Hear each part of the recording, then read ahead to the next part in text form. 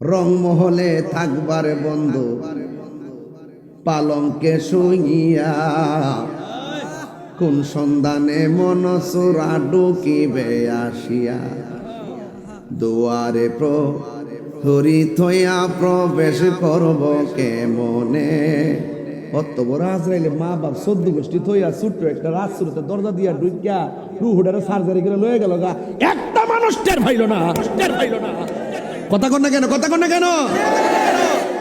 শুধু কি আপনার বাপেরটাই করছে, আপনারটা করতো না? কথা কনে কি লেগা?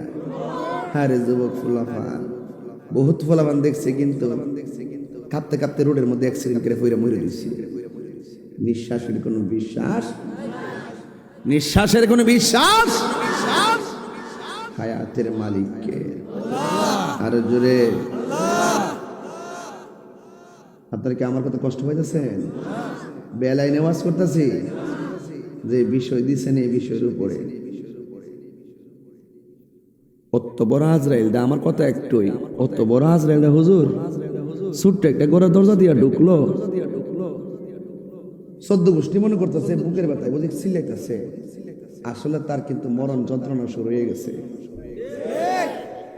সব যন্ত্রণার সার্জারি আছে, মরণ যন্ত্রণার সার্জারি আছে। রুহ গেলে কি তা স্যালাইন চলে? কিরে চলে না?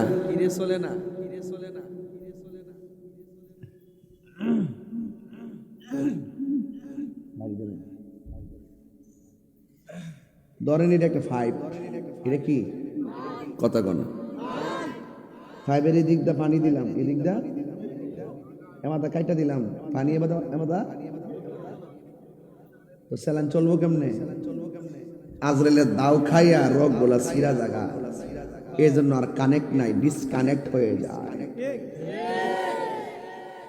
সংক্ষিপ্ত বুঝলাম। যদি বুঝেন কোন সময় বুঝবেন, মরণে ঘাটে গেলে যখন রোগটা টানা মারবো। রাসূল বলেন রুহু নেওয়ার সময় যে কষ্টটা, এর আগের কষ্টটা বড় কষ্ট।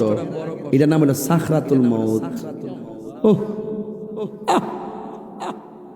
সাকরাতুল মউতের সময় রাত শুরুতে ঘরের দরজায় এসে আজরাইলে দাঁড়াইব। যেই জায়গার মধ্যে মরণ, সেই জায়গায় দূরাইয়া নিব।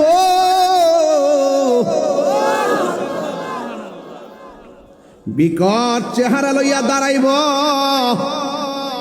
রগগুলো টাস টাস কইরা ছিড়া যাইব, হড্ডিগুলো টাস টাস কইরা খুইলা যাইব,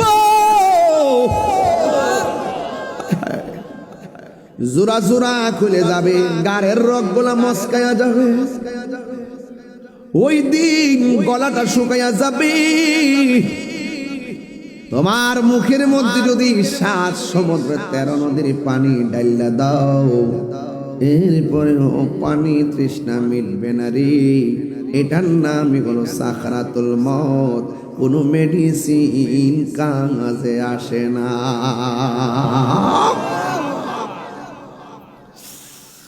এই জন্য আমার যুবক ভাইরা, ও রাজশ্রুতির সুন্দর মানুষগুলো, শুই না জানা আমার কথা। আমার আল্লাহ রাব্বুল আলামিনের ধরা কি নরম না শক্ত?